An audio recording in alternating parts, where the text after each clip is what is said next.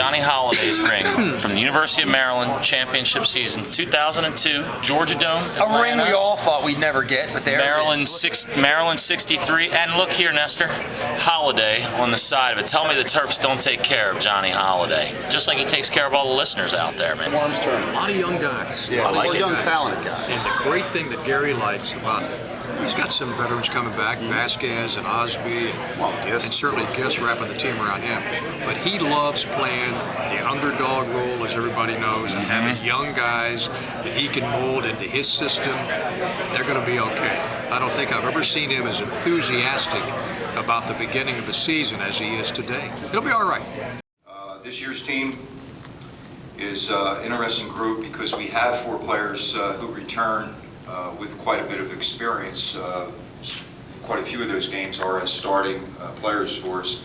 And then we have a good group of new players. Our 2 guys from Baltimore, Braxton Dupree from Calvert Hall, Dino Gregory from Mount St. Joe, come having been coached very well. I feel fortunate to get 2 guys from those schools that have the fundamentals in the game that they do have at an early point in their college career. So we're about to take our first steps onto the Comcast floor. There it is, all the way around. Look at this. Steve and Such. He's sitting, that guy's sitting where Ray Lewis sits. There you go. And Bishotti sits in the chair right next to him. Just for point of reference. And my seats are way up there. 118 coming right out of the tunnel. Up in the peanut Where we gallery. sit. What's up, man? How you feeling? From Atlanta, Georgia. Missed last season with an injury. Jerome, how you coming back from that? Yes, I'm feeling pretty good right now. They did pretty well in my rehab, so I can come back strong this year. What kind of role do you see yourself playing for the team this year? Basically just coming off the bench, trying to be an energy guy, just provide as many quality minutes as I can. Tell us a little bit about your game. What's your strengths? What's your weaknesses? Very athletic, love to run the floor. That's definitely strength. Defense as well. I'm kind of raw offensively, but once I get to that tune up, then I have a pretty well game. This is David Pearman, freshman, red shirt, or no, freshman walk-on. Walk-on from Oakland Mills High School, a Scorpion. Yes, sir. David, when I was in high school, we lost at Oakland Mills. I played at Loyola High School. Did you ever play Loyola High School in high school? No, I didn't. No? No. Now, why'd you walk on at Maryland? How come you decided to come here instead of trying like D2, D3? Did you get any other D1 offers or any looks? I had looks from other D1 schools like Wagner and Elon and Rhode Island, like mid-major type schools. But I don't know, it's always been a dream of mine to play here, so I figured why not. And how exactly do you go about becoming a walk-on at the University of Maryland?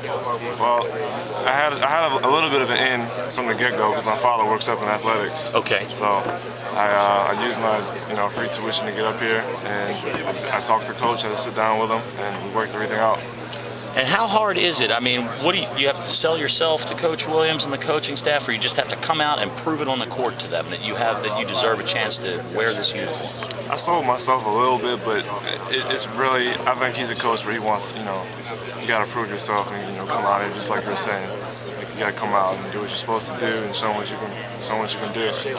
Okay. He's another Maryland guy. Another guy who didn't go here but has forgotten more about Maryland basketball. I was telling all these guys, 1974, my earliest athletic memory, my dad brought me to Cole Fieldhouse. It was like a Tuesday night game against UNLV. There you go. And, obviously your dad on the sidelines there. And that was the Len Elmore, Lucas, McMillan era. And hardly get to see, could you? No. Now I got a question. I got from the peanut gallery. Okay. Did it bother you when they yelled shoot? Yes.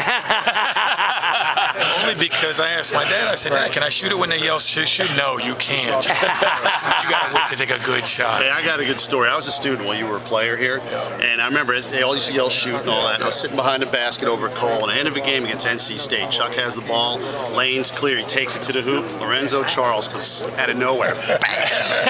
Chuck has no recollection of that, dude. I don't remember that And I was like, shh, don't shoot. I love Sports radio. Shane is originally from England. Came over to the States to play for Stu Vetter over at Montrose Christian. You also have a friend of yours who was playing for Kentucky this year, right? Yeah, Mike Williams. You two came over together and played for Chuck Drizel. Yeah, we did. Yeah. Husky. Was it Bishop O'Connor? Prove that you played with Gravis at Montrose Christian, correct? No, I didn't play. He was I came in my senior year. Oh, okay. Yeah. But I went to Bishop Arts for my sophomore and junior year, and then transferred there my senior year. Now, did Gravis have anything to do with your recruitment here at the University of Maryland? Yeah, like I talked to him a lot. Like I used to work out at Montrose, and we used to talk to him and told me how much he loved Maryland and how much fun it was. So yeah, that was a big influence on my decision coming here as well. In New Mexico, my coach, I was recruited by one of the coaches, and he came out and he saw me play a lot. He knew who I was. He talked to all my coaches, and I didn't have a really good relationship with the head coach. So when I got there were a whole lot of conflicting schedules and conflicts, and it was just a lot of fighting. And he's the coach, I'm the player, so he wins out. You know what I mean? And that was just a long year, man. And then I went to junior college, man. For some reason or another, man, my coach just didn't think I could play. Just didn't think I wasn't that great a player. And I mean, I would go out and I played, like, you know, this 10 minutes and have like 9 points, 8 rebounds, and I still wouldn't play the next game. He was hard on you. I don't understand why. So, but it taught me how to be efficient. You know what I mean? Because you know you're only going to get 6 or 7 minutes. So you got to make the most of those minutes. But I mean, during college, golly, I was in Paris, Texas, man. I mean, town of 15,000 people. Long way from Richmond. Long way from Richmond, man. How often do you get asked about the hair and the style? I don't know. It's unique, man. It stands out, huh? Yeah, man. I think Coolidge from the White Shadow is what I think. I mean, that's what you're too young for White Shadow. You don't remember White Shadow? That's the first time you heard that. Come on. I've heard it before. Reminds me of the 70s. Yeah. You know, when we down there played Duke at Duke, all the kids, it's not 70s night. It's not 70s night. What are you doing out here? Oh, it was funny, man.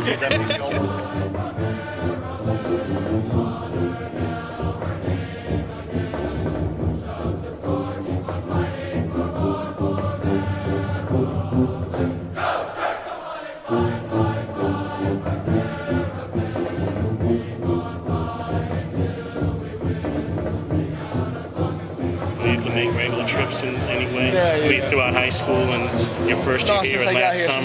Since you got here? Since I got here, when you know my first summer before I became a freshman. And then when we lost in the NCAA tournament, we had a spring break. I went to, I couldn't watch the tournament at all. So I just went back. I went back to my country. I couldn't deal with that anymore. And I go sometimes. Hopefully I get the chance to go this year too. Next year. You decided after you guys lost you couldn't watch anymore. I couldn't watch anymore. And actually I was trying to, go away in the night all those games, but they were on TV in my country. So I was watching again Tennessee and Ohio State. And Tennessee almost beat them. Yeah. I think it was an overtime. Right, that later night, yeah. And I was so mad because, Ohio State was one of the highest teams in the nation at the time. But I was just trying to watch it.